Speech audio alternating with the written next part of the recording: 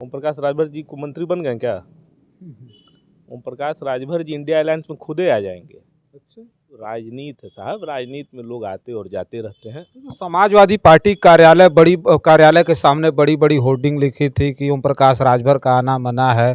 चिट्ठी आपने विधिवत लिखा था कि जो है आप स्वतंत्र हैं, आप जहां मन करे वहां चले जाइए। नहीं, हमने ये नहीं लिखा था। कोई भी रहेगा और कोई भी होगा, वो इंडिया अलायंस यहाँ कम से कम 1.5 लाख वोटों से चुनाव जीतेगी ही जीतेगी। और ऐसे अगर आप देखेंगे केस मुकदमे, तो वो न्यायिक प्रक्रिया का विषय है। वो न्यायालय तय करेगा कौन अपराधी है, कौन गुंडा है, कौन मवाली है। क्या ना है? नहीं तो हम तो ये कह रहे सपा बसपा का मजबूत गठबंधन था, तब ना हार गए सिन्हा जी ने। तो सिन्हा जी कहाँ हार पाते हैं? 14 के बाद तो उन्होंने बड़ा विकास किया जिले में। तो बता तो रहे हैं कि 10 बार के राजनीतिक करियर में 3 बार ही वो जीते हैं। अब विकास का परिणाम ये रहा है कि 1.5 लाख से हार गए। साथियों नमस्कार, मैं हूं रजनीश और आप देख रहे हैं आदेश दर्पण और खोज खबरिया। हम अपनी चुनावी यात्रा में पहुंचे हैं जनपद गाजीपुर में। जनपद गाजीपुर शहीदी धरती है और लोकसभा का समझिए आगाज हो गया है, बस तारीख का ऐलान बाकी है। गाजीपुर में मुख्तार अंसारी के भाई अफजाल अंसारी को प्रत्याशी बनाया गया है। अफजाल अंसारी सीटिंग एमपी थे, बहुजन समाज पार्टी से पिछली बार चुनाव जीते थे। इस बार वो समाजवादी पार्टी से टिकट लेकर आए और जैसे ही टिकट लेकर के आए वैसे ही मीडिया में अब जबरदस्त तरीके से चल रहा है। ये कहा जा रहा है कि अखिलेश यादव ने माफिया के ऊपर पांव रखा है, दांव लगाया है। और माफिया माफिया माफिया जितना स्ट्रीम मीडिया में गाजीपुर को लेकर के केवल यही बात आ रही है कि अफजाल अंसारी माफिया हैं और समाजवादी पार्टी ने माफिया को टिकट दिया है। जिस पर चर्चा करने के लिए हमारे साथ शानदार नेता हैं, समाजवादी पार्टी के छात्र राजनीति से राजनीति की शुरुआत करने वाले डॉक्टर समीर सिंह हैं। बहुत बहुत स्वागत है आपका। बहुत बहुत धन्यवाद आपका। क्या कहेंगे, अफजाल अंसारी को टिकट मिला, मीडिया में चल रहा है कि अखिलेश यादव तो माफिया को टिकट दे रहा है। पिछली बार इन्होंने माफिया की वजह से ही टिकट नहीं दिया, इस बार टिकट उन्होंने दे दिया। देखिए, ये सब बेबुनियादी बातें हैं। कोई आदमी अगर चुनाव लड़ा हो, 5-6 लाख वोट पाया हो, एक बार नहीं कई बार पाया हो, और 5-6 बार के एमएलए हैं वो, 2 बार के सांसद हैं, और पिछली दफ़ा 1.25 लाख वोट से स्वघोषित भारतीय जनता पार्टी के विकास पुरुष को उन्होंने चुनाव हरा दिया। तो ये बौखलाहट है, और और बड़ी मीडिया कैसे चल रही है ये आप लोगों से बेहतर कोई नहीं जानता। हम जा रहे थे, बौखलाहट पार्टी में हो सकती है, मीडिया में थोड़े होगी बौखलाहट। कौन सी मीडिया भाई, अब जान ही रहे हैं आप मीडिया कौन चला रहा है, कैसे चला रहा है। अब तो स्थिति ये है कि सोशल मीडिया का जो सबसे बड़ा प्लेटफॉर्म फेसबुक है, वहाँ अगर आप सत्ता पक्ष के पक्ष में अगर कोई पोस्ट नहीं करते हैं, तो 2, 3, 4, 5 लाइक्स जाते जाते सरेंडर हो जाता है। यही है मीडिया, यही है सोशल मीडिया। जनता का जनादेश सबसे बड़ा जनादेश है, और सिटिंग एमपी हैं। और ऐसे अगर आप देखेंगे केस मुकदमे, तो वो न्यायिक प्रक्रिया का विषय है। वो न्यायालय तय करेगा कौन अपराधी है, कौन गुंडा है, कौन मवाली है। मुकदमे तो चक्का जाम करेंगे तो आप ही के ऊपर हो जाएगा, तो आप पत्रकार से गुंडा थोड़ा हो जाएंगे। तो वो उनका बौखलाहट है, मीडिया में चीज़ें कैसे फैलाई जाती हैं। तो आप भी जानते हैं, आप ज़्यादा बेहतर जानते हैं। कोई भारतीय जनता पार्टी के पास मुद्दा नहीं है। क्या मुद्दा बताएंगे? तो गुंडे बताएंगे। तो कह रहे हैं सबका साथ सबका विकास का सबसे बड़ा नारा है, मोदी जी गारंटी दे रहे हैं। वो भी मोदी जी की जो गारंटी, असली गारंटी बताई जा रही देश की। मोदी जी गारंटी लेंगे क्या कि नीतीश जी चुनाव के बाद फिर से इंडिया अलायंस के नहीं होंगे? मोदी जी गारंटी ले पाएंगे? देखिए, राजनीति के अंदर ये गारंटी शब्द बड़ा कठिन मामला है। तो मोदी जी खाली विकास की गारंटी लेते हैं, सबकी गारंटी नहीं। कौन सा विकास? सबका साथ सबका विकास तो बहुत निचले स्तर पे अब आइए। जनपद गाजीपुर में बैठे हैं, यहीं की लोकसभा की चर्चा हो रही है। तो ट्रिपल इंजन की सरकार यहाँ पे है। केंद्र में भाजपा, प्रदेश में भाजपा, नगर पालिका में भाजपा। नगर पालिका चुनाव आपने बहुत नज़दीक से कवर भी किया था। गाजीपुर जनपद की 1.25 लाख आबादी आज सिर्फ गड्ढों में रह रही है। आप कोई सड़क पे चले जाइए, पिछले 6 सालों से एक काम चल रहा है सीवर लाइन का काम।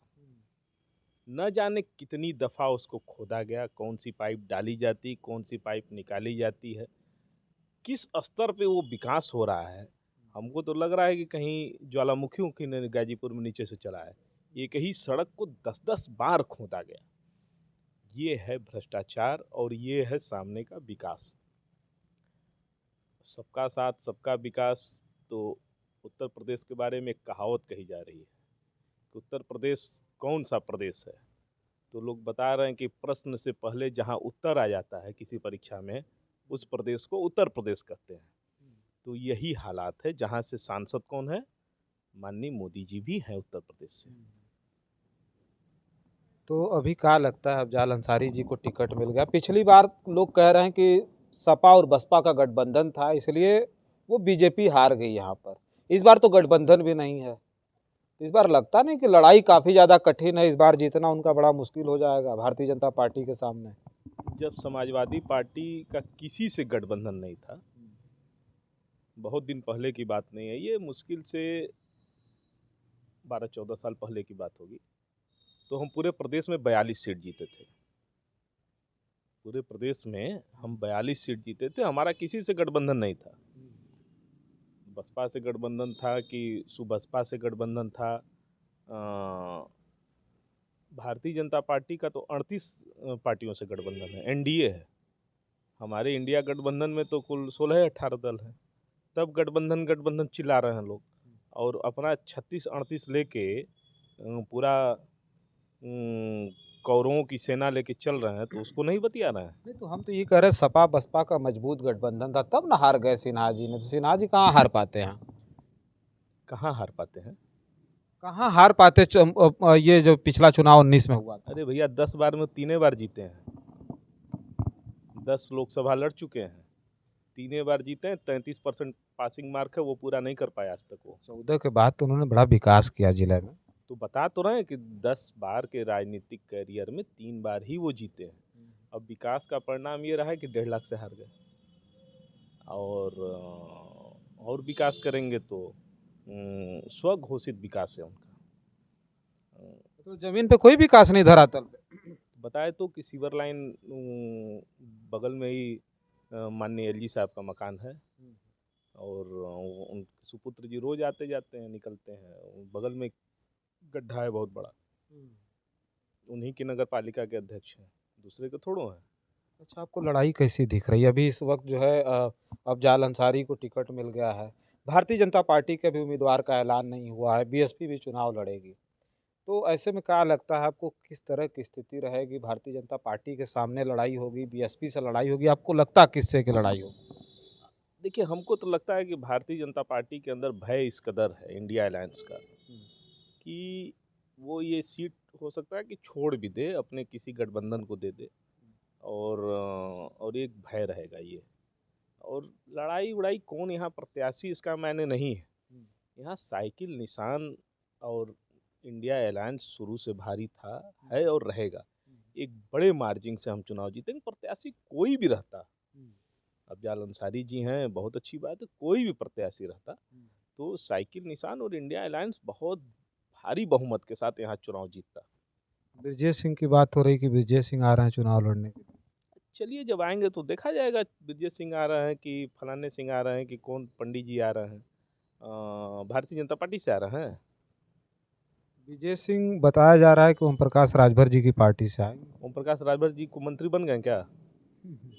ओम प्रकाश राजभर जी इंडिया अलायंस में खुदे आ जाएंगे। अच्छा, और क्या? ये तो बहुत बड़ी बात कह रहे हैं कि इंडिया अलायंस। भाई 2-3-20 दिन में मंत्री नहीं बनेंगे तो चले आएंगे। अच्छा, तो मंत्री बनने आ गए हैं। तो एक्सेप्ट करेंगे आप लोग इंडिया गठबंधन में? नीतीश जी को नहीं किया गया मोदी जी द्वारा, अमित शाह द्वारा। अमित शाह जी ने क्या कहा, नीतीश बाबूजी आपके लिए सारी सिटकिनी दरवाजे बंद हैं। और नीतीश जी ने कहा कि मैं जान दे दूंगा लेकिन भाजपा में नहीं जाऊंगा। तो राजनीति है साहब, राजनीति में लोग आते और जाते रहते हैं। तो समाजवादी पार्टी कार्यालय के सामने बड़ी बड़ी होर्डिंग लिखी थी कि ओम प्रकाश राजभर का आना मना है। चिट्ठी आपने विधिवत लिखा था कि जो है आप स्वतंत्र हैं, आप जहां मन करे वहां चले जाइए। नहीं, हमने ये नहीं लिखा था। हमारे राष्ट्रीय अध्यक्ष जी बहुत व्यक्तिगत रूप से बहुत सीधे इंसान हैं। उनको ये लगा कि राजभर जी का मन नहीं लग रहा है यहाँ पे, और वो चुनावी गठबंधन में मंत्री बनने के लिए ही चुनाव साथ में लड़े थे, और दुर्भाग्यवश गठबंधन की सरकार नहीं बन पाई, तो क्यों उनका भविष्य खराब किया जाए। इसलिए उनको स्वतंत्र कर दिया गया कि जाइए घूम फिर के आ जाइए, मंत्री अगर बन जाते हैं तो ठीक है, नहीं बन पाते हैं तो फिर आइएगा, तो फिर देखा जाएगा। और इसी दम में वो बेचारे चले गए। गए तो गए, दारा सिंह चौहान जी को भी लेते गए, उनसे इस्तीफा दिलवा दिए, उनको लड़ा भी दिए, और चारों खंडा चित भी हो गए। अब भारतीय जनता पार्टी का पूरा सरकार लड़ी, और वहीं से इस पूर्वांचल का जनादेश तय हो गया कि कौन कितने पानी में है। विजय सिंह आ जाएंगे तो लड़ाई नहीं होगी?